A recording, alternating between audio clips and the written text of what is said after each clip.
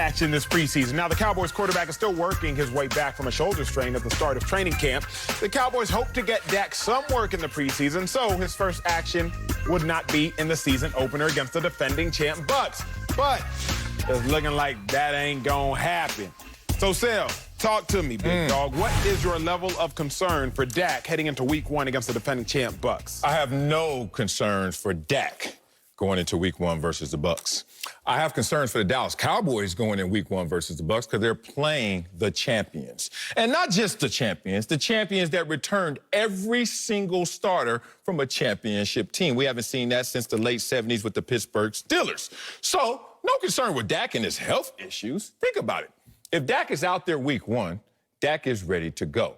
Is he perfect? I'm not even going to get into that because that's not the conversation. How many Week 1s was I perfect, but was I ready to go out there and go get it done? Yes, I was. But this team, it's interesting what my concerns are in terms of what the Cowboys will do. They're forecasted to lose that game, as they should. They should lose that game. Now, here's the problem with losing that game. In Dallas, when you lose one game, it feels like you lost every single game on the schedule.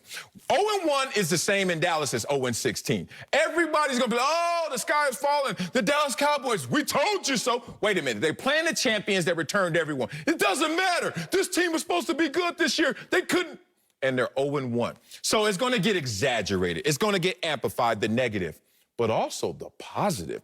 Imagine you look up, and after this game, the Dallas Cowboys have more points than the Tampa Bay Buccaneers. I played in Dallas before. Oh, talking about giving them too much candy too fast, especially these fans. They're going to have sweet tooth out there. What? We just beat the champs? And we supposed to be good this year? Oh, I told y'all, we're going to win it all this year. And that may make them get a little too far ahead of themselves. So it's an interesting mind play on how they're going to approach Week 1. They're predicted to lose, and they should lose. I don't want that to be exaggerated, like this team ain't making the playoffs, here we go again, and we're sorry. But I also don't want y'all to go out there and win, and then, damn, we thinking that this team is all that, because they still have to go through the rite of passage. All that said, I do have a concern, not for Dak, but for this team and its psyche in general. So, I love working with you. You do, for real? I do, genuinely. From a work perspective, from a friendship perspective, you're incredibly mean.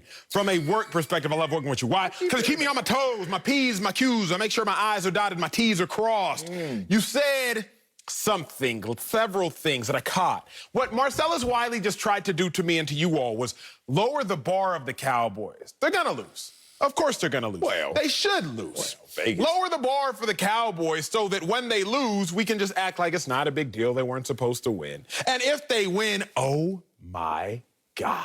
Becky. You go ahead and finish that. I dare you. My concern for the Cowboys is incredibly high. My concern for Dak Prescott is even higher. Whoa, let's go. Here's why, Sel. Let's go. We don't know how... Bump Dak Prescott's shoulder strain. I don't even want to talk about that yet. Good, because there's nothing to talk about. Nothing to talk about. Yeah, Let's talk about the ankle. Let's talk about the lower leg. My brother broke his fibula 2018 playing for the 2016 playing for the Arizona Cardinals. Maybe 2015. I was worried about my own career. He broke his leg. It sounds like it. He came back a year later, but he was like, man, I was there, but I wasn't fully there. He said, you know how long it is for me to get that same explosion, that same push-off, that same ability, that same quick twitch to get it to fire. He was like, yes, I was on the field the year after. My brother broke it trying to sacking Drew Brees, excuse me. And so he was like, I was there, but I wasn't really there. My brother, one of the hardest, most diligent workers I've ever met in my life. Respect. So with all that being said, Dak Prescott will be on the field, but will he be fully present? That's my first thing. Okay. That's why my concern is high. Not to mention, Dak Prescott, he's going against Shaq Barrett. Shaq Barrett only had, what was it, like 18, 19 and a half sacks a couple years ago. Going against JPP, Jason Pierre-Paul, one of the best pass rushers of this generation. Going against the fastest linebacking core in the National Football League, Devin White, Levante David. Going against a young and hungry secondary that's no longer young, so now they just hungry. So I'm already concerned for Dak Prescott for all of those reasons, even if the shoulder was good.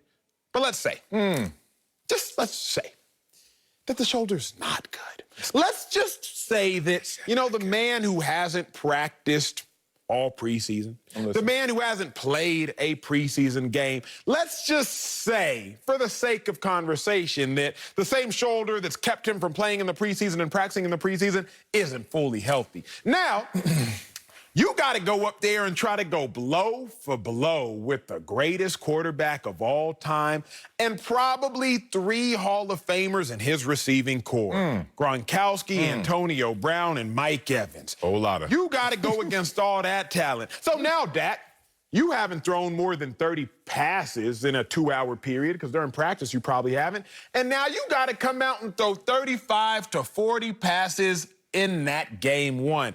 So my concern level really could not be higher. Not because the Cowboys are going to lose. You've already established. Vegas has established. I concede. Cowboys probably going to lose. Yeah. But what is Dak going to suffer physically, mentally, in that loss? Okay, now you told me not to think about the damn shoulder, then you talk about him physically. What am I thinking about? The ankle? Oh, so you want to go there? Go there. Do you remember a young Darren Sproles? Probably played with him. Did Did you? you? My dog. I played with him for 3 years. Cold, right? You saw him cold. I saw him when he was on the shelf, cold, in the ice tub. You know why? Had the same injury as Dak. Okay. How did he respond to that same injury, saying, no disrespect to your brother, but everybody ain't your brother and everybody ain't Darren Sproles. Let's see what Dak Prescott's going to be. The year after the injury was not good for Darren Sproles. Oh, yes, it was. You got to compare it to the year before. This is young Darren Sproles. This ain't Darren Sproles like you saw. This is Darren Sproles on the way up.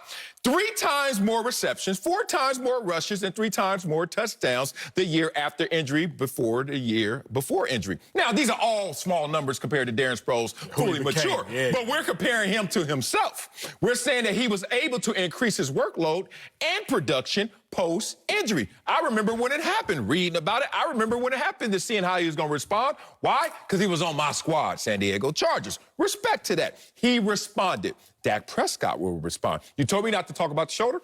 I ain't going to talk about the shoulder. Let's talk about the team in terms of their response. Do you know that the Dallas Cowboys have never had a losing season when Dak Prescott was healthy? That sounds good. Okay, let's talk about this team when Dak Prescott is under center. Over the last 2 seasons, no player has averaged more passing yards per game than that Dak Prescott. Like I said, I'm not concerned about Dak. The question is about Dak. No, Dak's going to be out there. He's going to be healthy enough. He's going to be fine. They shut him down. He didn't shut himself down. Let's take people through that process, because I think that we snowplowed through that. We kind of went through that, and we exceeded the speed limit. Some injuries, when it happens, you get the prayer circle. Those are the worst injuries. When everybody comes out mid-feet, hey, dog, even people that hate you come and just grab your hand. You're going to be all right, You better hate to pray come out here. Atheists is out there, right? Real They're like, hey, dog, I don't know what the hell. Speaking in tongues. Because they know. They're like, I just saw his life and career flash before his eyes, right? That's real. Now, there's another stage. All right, we ain't going to leave the sidelines, but damn. Hey, everybody whispering, like, you see that? Did you see it? Looking at the jumbo, ooh, doing this. But they ain't praying, but they like, ooh. Then there are the injuries where you see the guy, he gets hurt, and then he like, nah, he waving everybody off because he gonna limp to the sideline. I got this, and go into that little tent.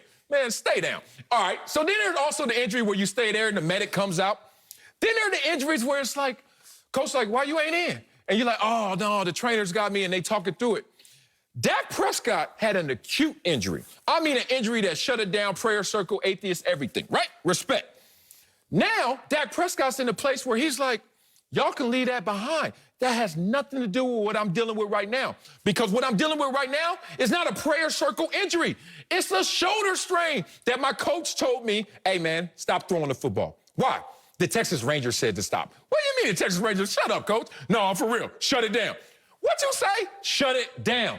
This is a completely different injury in terms of concern, in terms of prognosis, than when you saw his leg going the wrong way from his body. So now let's not exaggerate what Dak is going through in terms of shoulder, and let's not exaggerate what he's going to do in terms of response from his ankle. Darren Sproles did it. I believe in Dak as well. I got 2 hate.